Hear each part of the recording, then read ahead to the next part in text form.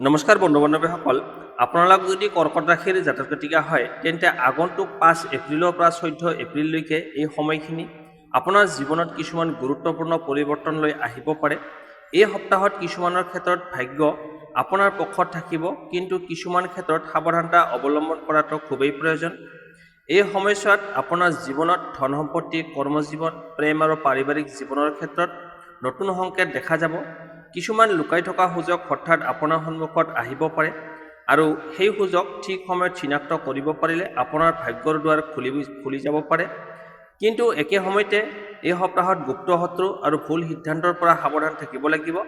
আপোনাৰ চাৰিওফালে থকা সকলো মানুহেই আপোনাৰ মংগল কামনা নকৰে, সেইবাবে কিছুমানৰ ক্ষেত্ৰত চিন্তা ভাৱনা কৰি সিদ্ধান্ত লোৱাটো অতি প্ৰয়োজনীয়। সেইবাবে আজিৰ এই ভিডিঅ'টোত মই আপোনালোকক ক'ম, কৰ্কট ৰাশিৰ বাবে এই সপ্তাহত ধন সম্পত্তিৰ অৱস্থা কেনেকুৱা থাকিব, কৰ্ম আৰু ব্যৱসায়ত কি পৰিৱৰ্তন আহিব, প্ৰেম আৰু দাম্পত্য জীৱনত কি ঘটিব পাৰে, স্বাস্থ্য কেনেকুৱা থাকিব, আৰু লগতে জানিম শুভ তাৰিখ, শুভ সংখ্যা আৰু শুভ ৰং, লগতে কিছুমান বিশেষ প্ৰতিকাৰ। তেন্তে এই ভিডিঅ'টো শেষলৈকে চাই থাকিব, কাৰণ শেষৰ অংশত কোৱা প্ৰতিকাৰবোৰ আপোনাৰ জীৱনৰ বহু সমস্যা সমাধান দিব পাৰে। প্ৰথমতে আহিছোঁ ধন সম্পত্তি। এই সময়ছোৱাত কৰ্কট ৰাশিৰ জাতক জাতিকাৰ ধন সম্পত্তিৰ ক্ষেত্ৰত মধ্যমীয়া ফল দেখা যাব। সপ্তাহৰ আৰম্ভণিতে টকা পইচাৰ ক্ষেত্ৰত অলপ প্ৰেছাৰ অনুভৱ কৰিব পাৰে। হঠাৎ কিছুমান অপ্ৰয়োজনীয় খৰচ আহিব পাৰে, যাৰ বাবে আপোনাৰ বাজেট অলপ বিঘ্নিত হোৱাৰ সম্ভাৱনা আছে। বিশেষকৈ ঘৰৰ কাম, পৰিয়ালৰ প্ৰয়োজন বা কিবা চিকিৎসা সংক্ৰান্ত খৰচ হঠাৎ বৃদ্ধি পাব পাৰে।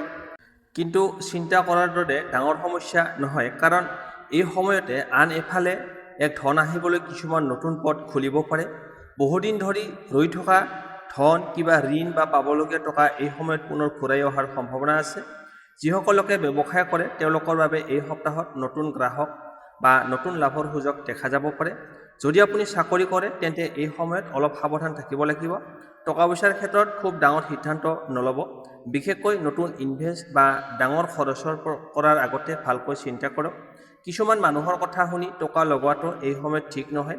যিসকল লোকে ঘৰ, মাটি, সম্পত্তি কিনাৰ কথা ভাবি আছে তেওঁলোকৰ বাবে এই সময়টো সম্পূৰ্ণ বেয়া নহয়, কিন্তু খৰধৰ নকৰিব। সকলো কাগজ পত্ৰ ভালকৈ পৰীক্ষা কৰি তাৰ পাছত সিদ্ধান্ত লোৱাটো বেছি ভাল হ'ব। আৰু এটা গুৰুত্বপূৰ্ণ কথা হ'ল, এই সময়ত কিছুমান লোক আপোনাৰ টকা পইচাৰ লাভক দেখি হিংসা কৰিব পাৰে। সেইবাবে আপোনাৰ ইনকাম বা টকা পইচাৰ বিষয়ত সকলো মানুহৰ আগত সকলো কথা খুলি নক'ব। সপ্তাহৰ শেষৰ ফালে অৱস্থা অলপ ভাল হ'ব। ধন উপাৰ্জনৰ ক্ষেত্ৰত কিছুমান নতুন চিন্তা বা নতুন সুযোগ আপোনাৰ মনলৈ আহিব পাৰে। যদি আপুনি সেই সুযোগবোৰ বুদ্ধিমত্তাৰে ব্যৱহাৰ কৰিব পাৰে তেন্তে আগন্তুক সময়ত ভাল আৰ্থিক উন্নতি হোৱাৰ সম্ভাৱনা আছে। সংক্ষেপে, এই সপ্তাহত খৰচ নিয়ন্ত্ৰণ, সঠিক সময়ত ধনৰ ব্যৱস্থাপনা আৰু সাৱধানতা সিদ্ধান্ত লৈ আপোনাৰ বাবে খুবেই গুৰুত্বপূৰ্ণ হ'ব। এই তিনিটা কথা মানি চলিলে টকা পইচাৰ ক্ষেত্ৰত ডাঙৰ সমস্যাৰ সন্মুখীন হ'বলগীয়া নহ'ব। এতিয়া আহিছোঁ কৰ্মজীৱন আৰু কেৰিয়াৰ। এই সময়ছোৱাত কৰ্কট ৰাশিৰ জাতক জাতিকাসকলৰ কৰ্মজীৱনত কিছুমান গুৰুত্বপূৰ্ণ পৰিৱৰ্তন দেখা যাব পাৰে। সপ্তাহৰ আৰম্ভণিতে কামৰ প্ৰেছাৰ অলপ বেছি থাকিব পাৰে। অফিচ বা কৰ্মক্ষেত্ৰত দায়িত্ব বৃদ্ধি পোৱাৰ সম্ভাৱনা আছে, যাৰ বাবে আপোনাৰ অধিক মনোযোগ আৰু পৰিশ্ৰম কৰিব লাগিব। যিসকল লোকে চাকৰি কৰে তেওঁলোকৰ বাবে এই সময়ত উচ্চ অধিকাৰীৰ দৃষ্টি আপোনাৰ ওপৰত পৰিব পাৰে। যদি আপুনি নিজৰ কাম সৎভাৱে আৰু নিষ্ঠাৰে কৰি যায় তেন্তে আপোনাৰ কামৰ প্ৰশংসা হ'ব পাৰে। কিছুমান লোকৰ বাবে নতুন দায়িত্ব বা নতুন পদৰ সুযোগ আহিব পাৰে। কিন্তু এটা কথা মনত ৰাখিব লাগিব, কৰ্মক্ষেত্ৰত সকলো মানুহেই আপোনাৰ মংগল কামনা নকৰে। কিছুমান সহকৰ্মীয়ে আপোনাৰ কামত বাধা সৃষ্টি কৰিব পাৰে বা আপোনাৰ বিষয়ে ভুল কথা ক'ব পাৰে। সেইবাবে এই সময়ত নিজৰ কামত মন দিয়ক আৰু অপ্ৰয়োজনীয় তৰ্ক বিতৰ্কৰ পৰা দূৰত থাকিবলৈ চেষ্টা কৰক। যিসকল লোকে ব্যৱসায় কৰে তেওঁলোকৰ বাবে এই সপ্তাহটো নতুন সুযোগেৰে ভৰপূৰ হ'ব পাৰে। নতুন গ্ৰাহক, নতুন অৰ্ডাৰ বা নতুন চিন্তা আপোনাৰ ব্যৱসায়ত লাভ কঢ়িয়াই আনিব পাৰে। বিশেষকৈ যদি আপুনি বহুদিন ধৰি নতুন কাম আৰম্ভ কৰাৰ কথা ভাবি আছে তেন্তে এই সময়ত সেই কাম আৰম্ভ কৰাৰ বাবে অনুকূল সংকেত দেখা যায়। তথাপিও ইনভেষ্টৰ ক্ষেত্ৰত অলপ সাৱধান থাকিব লাগিব। একেবাৰে ডাঙৰ টকা লগোৱাৰ আগতে ভালকৈ পৰীক্ষা কৰক। অংশীদাৰীৰ ব্যৱসায় কৰিলে অংশীদাৰৰ লগত স্পষ্ট কথা বতৰা কৰি আগবঢ়াটো খুবেই প্ৰয়োজন। সপ্তাহৰ শেষৰ ফালে কৰ্মজীৱনত কিছু হতাশ অনুভৱ কৰিব। আগতে কৰা পৰিশ্ৰমৰ ফল অলপকৈ দেখা যাব পাৰে। কিছুমান লোকৰ বাবে নতুন সুযোগ বা নতুন যোগাযোগত ভৱিষ্যতৰ বাবে খুব উপকাৰী হ'ব পাৰে। সংক্ষেপে এই সপ্তাহটো পৰিশ্ৰম, ধৈৰ্য আৰু সাৱধান সিদ্ধান্তই আপোনাৰ কৰ্মজীৱন আৰু ব্যৱসায়ত সফলতাৰ মূল চাবিকাঠি হ'ব। এতিয়া আহিছোঁ প্ৰেম আৰু দাম্পত্য জীৱন। এই সময়ছোৱাত কৰ্কট ৰাশিৰ জাতক জাতিকাৰ প্ৰেম আৰু দাম্পত্য জীৱনত মধ্যমীয়া কিন্তু গুৰুত্বপূৰ্ণ অভিজ্ঞতা আহিব পাৰে। সপ্তাহৰ আৰম্ভণিতে আপোনাৰ মন অলপ সংবেদনশীল হৈ থাকিব পাৰে। সৰু সৰু কথাটো মনত আঘাত লাগিব পাৰে। সেইবাবে এই সময়ত নিজৰ অনুভূতি নিয়ন্ত্ৰণ কৰি চলাটো খুবেই প্ৰয়োজন।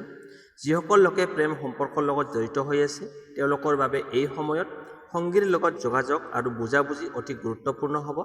কেতিয়াবা ভুল বুজাবুজিৰ বাবে সৰু সৰু তৰ্ক হ'ব পাৰে, কিন্তু যদি আপুনি ধৈৰ্য ধৰি সঠিকভাৱে কথা বতৰা কৰে তেন্তে সেই সমস্যা সহজে সমাধান হ'ব পাৰে। এই সপ্তাহত কিছুমান লোকৰ জীৱনত পুৰণি প্ৰেম বা পুৰণি চিনাকি মানুহ পুনৰ যোগাযোগ কৰিব পাৰে। সেই পৰিস্থিতিত সাৱধান থাকিব, কাৰণ পুৰণি স্মৃতিয়ে কেতিয়াবা মনত বিভ্ৰান্তিৰ সৃষ্টি কৰিব পাৰে। যিসকল লোক অবিবাহিত তেওঁলোকৰ বাবে এই সময়ত নতুন মানুহৰ লগত পৰিচয় হোৱাৰ সম্ভাৱনা আছে। বিশেষকৈ বন্ধু বা সামাজিক মাধ্যমৰ যোগেদি কিছুমান নতুন চিনাকি হ'ব পাৰে, যাৰ পৰা ভৱিষ্যতে ভাল সম্পৰ্ক গঢ়ি উঠাৰ সম্ভাৱনা থাকে। বিবাহিত জীৱনৰ কথা ক'বলৈ গ'লে স্বামী স্ত্ৰীৰ মাজত কেতিয়াবা সৰু ভুল বুজাবুজি হ'ব পাৰে। এই মতভেদৰ মূল কাৰণ হ'ব পাৰে ব্যস্ততা বা সময়ৰ অভাৱ। সেইবাবে চেষ্টা কৰিব একেলগে সময় অলপ কটোৱাটো, কথা বতৰা কৰা বা এজনে আনজনৰ অনুভূতি বুজিবলৈ চেষ্টা কৰাটো। সপ্তাহৰ শেষৰ ফালে দাম্পত্য জীৱনত পুনৰ মৰম আৰু বুজাবুজিৰ পৰিৱেশ সৃষ্টি হ'ব পাৰে। যদি আপুনি নিজৰ অহংকাৰ এৰি সংগীৰ লগত মিঠা ব্যৱহাৰ কৰে তেন্তে সম্পৰ্ক আৰু বেছি মজবুত হ'ব। সংক্ষেপে এই সপ্তাহটো প্ৰেম আৰু দাম্পত্য জীৱনত ধৈৰ্য, বুজাবুজি আৰু বিশ্বাস এই তিনিটা বস্তু যদি অতি গুৰুত্বপূৰ্ণ হ'ব। এইবোৰ মানি চলিলে আপোনাৰ সম্পৰ্ক অধিক সুখী আৰু স্থিৰ হ'ব পাৰে। এই সময়ছোৱাত কৰ্কট ৰাশিৰ ছাত্ৰ ছাত্ৰীসকলৰ বাবে শিক্ষাৰ ক্ষেত্ৰত মোটামুটি ভাল ফল দেখা যাব, কিন্তু সফলতা লাভ কৰিবলৈ অলপ বেছি মনোযোগ আৰু পৰিশ্ৰমৰ প্ৰয়োজন হ'ব। সপ্তাহৰ আৰম্ভণিতে মন অলপ অস্থিৰ হৈ থাকিব পাৰে, যাৰ বাবে পঢ়া শুনাত সম্পূৰ্ণ মন দিব নোৱাৰাৰ সম্ভাৱনা আছে। বিশেষকৈ মোবাইল, সামাজিক মাধ্যম বা অপ্ৰয়োজনীয় কামত সময় নষ্ট হোৱাৰ সম্ভাৱনা আছে। সেইবাবে যদি আপুনি নিজৰ লক্ষ্যত স্থিৰ থাকিব পাৰে আৰু সময় সঠিকভাৱে ব্যৱহাৰ কৰে তেন্তে এই সময়ত ভাল ফলাফল লাভ কৰিবলৈ সক্ষম হ'ব। যিসকল ছাত্ৰ ছাত্ৰী পৰীক্ষা বা প্ৰতিযোগিতামূলক পৰীক্ষাৰ বাবে প্ৰস্তুতি লৈ আছে তেওঁলোকৰ বাবে এই সময়টো গুৰুত্বপূৰ্ণ হ'ব। অলপ কামৰ প্ৰেছাৰ থাকিলেও যদি আপুনি নিয়মিতভাৱে অধ্যয়ন কৰে তেন্তে ফলাফল আপোনাৰ পক্ষত থাকিব পাৰে। বিশেষকৈ আগতে পঢ়া বিষয়বস্তু পুনৰাবৃত্তি কৰিলে বেছি লাভ হ'ব। উচ্চ শিক্ষা বা নতুন কৰ্চত ভৰ্তি হোৱাৰ কথা ভাবি থকা লোকসকলৰ বাবে এই সময়ত কিছুমান ভাল খবৰ আহিব পাৰে। কোনো শিক্ষক, মেণ্টৰ বা অভিজ্ঞ ব্যক্তিৰ পৰামৰ্শ আপোনাৰ বাবে খুব উপকাৰী হ'ব। যিসকলে বিদেশত পঢ়া শুনাৰ কথা সপোন দেখি আছে তেওঁলোকৰ বাবে এই সময়ত কিছুমান নতুন সুযোগ বা তথ্য লাভ কৰাৰ সম্ভাৱনা আছে। যদিও সকলো কাম তৎক্ষণাত সম্পূৰ্ণ নহ'ব পাৰে, কিন্তু আগন্তুক সময়ৰ বাবে পথ খুলিবলৈ আৰম্ভ হ'ব পাৰে। সপ্তাহৰ শেষৰ ফালে আপোনাৰ মনোযোগ আৰু আত্মবিশ্বাস দুয়োটাই বাঢ়িব। সেই সময়ত যদি আপুনি অধিক পৰিশ্ৰম কৰে তেন্তে নিজৰ লক্ষ্যৰ দিশে এক ডাঙৰ পদক্ষেপ আগবঢ়াব পাৰিব। সংক্ষেপে এই সময়ত শিক্ষাৰ ক্ষেত্ৰত সফলতা লাভ কৰিবলৈ নিয়মিত অধ্যয়ন, সময়ৰ সঠিক ব্যৱহাৰ আৰু ধৈৰ্য অতি প্ৰয়োজনীয় হ'ব। এই তিনিটা কথা মানি চলিলে ভাল ফলাফল লাভ কৰাৰ সম্ভাৱনা বেছি থাকিব। এতিয়া আহিছোঁ ভাগ্য। কৰ্কট ৰাশিৰ জাতক জাতিকাসকল, এই সপ্তাহত আপোনাৰ ভাগ্য কেনেকুৱা থাকিব? এই সময়ছোৱাত কৰ্কট ৰাশিৰ জাতক জাতিকাসকলৰ বাবে ভাগ্য লাহে লাহে উন্নতিৰ দিশে আগবঢ়া দেখা যায়। সপ্তাহৰ আৰম্ভণিতে হয়তো আপোনাৰ মনত লাগিব যে ভাগ্য সম্পূৰ্ণৰূপে আপোনাৰ পক্ষত নাই, কিন্তু ধৈৰ্য ধৰিলে আৰু সঠিক সিদ্ধান্ত ল'লে পৰিস্থিতি অলপকৈ ভাল হ'বলৈ আৰম্ভ কৰিব। এই সময়ত ভাগ্যতকৈ বেছি নিজৰ পৰিশ্ৰম আৰু বুদ্ধিমত্তা আপোনাৰ সফলতাৰ মূল কাৰণ হ'ব। যদি আপুনি নিজৰ কামত মনোযোগ দিয়ে আৰু সঠিক সময়ত সঠিক পদক্ষেপ লয় তেন্তে ভাগ্য আপোনাৰ সহায় কৰিবলৈ আৰম্ভ কৰিব। কিছুমান গুৰুত্বপূৰ্ণ কাম যেনে নতুন কাম আৰম্ভ কৰা, কোনো আবেদন দিয়া বা নতুন সুযোগৰ বাবে চেষ্টা কৰা এই সময়ত লাহে লাহে সফলতাৰ দিশে আগবাঢ়িব পাৰে। সপ্তাহৰ মাজভাগত আপোনাৰ ভাগ্যৰ সহায়ে কিছুমান ভাল খবৰ লাভ কৰাৰ সম্ভাৱনা আছে। বিশেষকৈ যিসকল লোকে বহুদিন ধৰি কিবা কামৰ বাবে অপেক্ষা কৰি আছে তেওঁলোকৰ বাবে এই সময়ত ইতিবাচক সংকেত দেখা যাব পাৰে। এই সময়ত ধাৰ্মিক কাম পূজা পাঠ বা দান পুণ্য কৰিলে ভাগ্য আৰু বেছি শক্তিশালী হোৱাৰ সম্ভাৱনা থাকে। বিশেষকৈ সোমবাৰ বা বৃহস্পতিবাৰে ভগৱানৰ নাম স্মৰণ কৰিলে মনৰ শান্তি আৰু ইতিবাচক শক্তি লাভ কৰিবলৈ সক্ষম হ'ব। সংক্ষেপে এই সপ্তাহত আপোনাৰ ভাগ্য সম্পূৰ্ণৰূপে খোলা নাথাকিলেও পৰিশ্ৰম, বিশ্বাস আৰু ধৈৰ্য থাকিলে ভাগ্য লাহে লাহে আপোনাৰ পক্ষলৈ ঘূৰি আহিবলৈ সক্ষম হ'ব। এতিয়া আহিছোঁ শুভ তাৰিখ, শুভ সংখ্যা, শুভ ৰং আৰু প্ৰতিকাৰ। শুভ তাৰিখ, এই সময়ছোৱাত কৰ্কট ৰাশিৰ বাবে বিশেষভাৱে শুভ দিন হ'ব 6 এপ্ৰিল, 9 এপ্ৰিল আৰু 12 এপ্ৰিল। এই দিনবোৰত যদি আপুনি কোনো গুৰুত্বপূৰ্ণ কাম আৰম্ভ কৰে, নতুন সিদ্ধান্ত লয় বা কোনো বিশেষ আলোচনা কৰে তেন্তে ভাল ফল লাভ কৰাৰ সম্ভাৱনা বেছি থাকে। শুভ সংখ্যা, এই সপ্তাহত আপোনাৰ বাবে শুভ সংখ্যা হ'ব 2, 4 আৰু 9। এই সংখ্যাবোৰ আপোনাৰ বাবে ইতিবাচক শক্তি কঢ়িয়াই আনিব পাৰে। গুৰুত্বপূৰ্ণ কামত বা কোনো নিৰ্বাচনৰ ক্ষেত্ৰত এই সংখ্যাবোৰ মনত ৰাখিব পাৰে।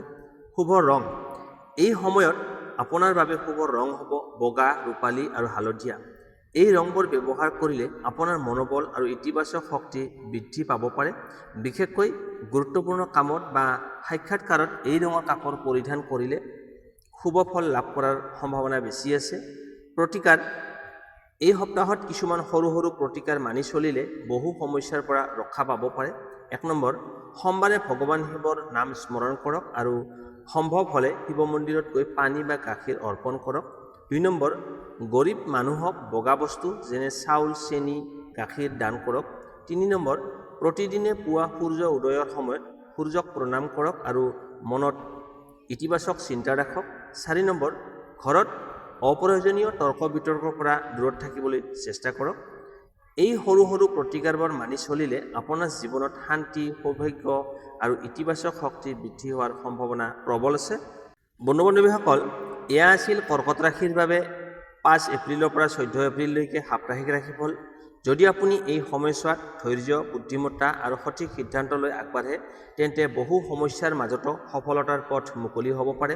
মনত ৰাখিব, ভাগ্যত যি লিখা আছে সেয়া নিশ্চয় হ'ব, কিন্তু সঠিক পৰিশ্ৰম আৰু ইতিবাচক চিন্তাই সেই ভাগ্যক আৰু বেছি উজ্জ্বল কৰিব পাৰে।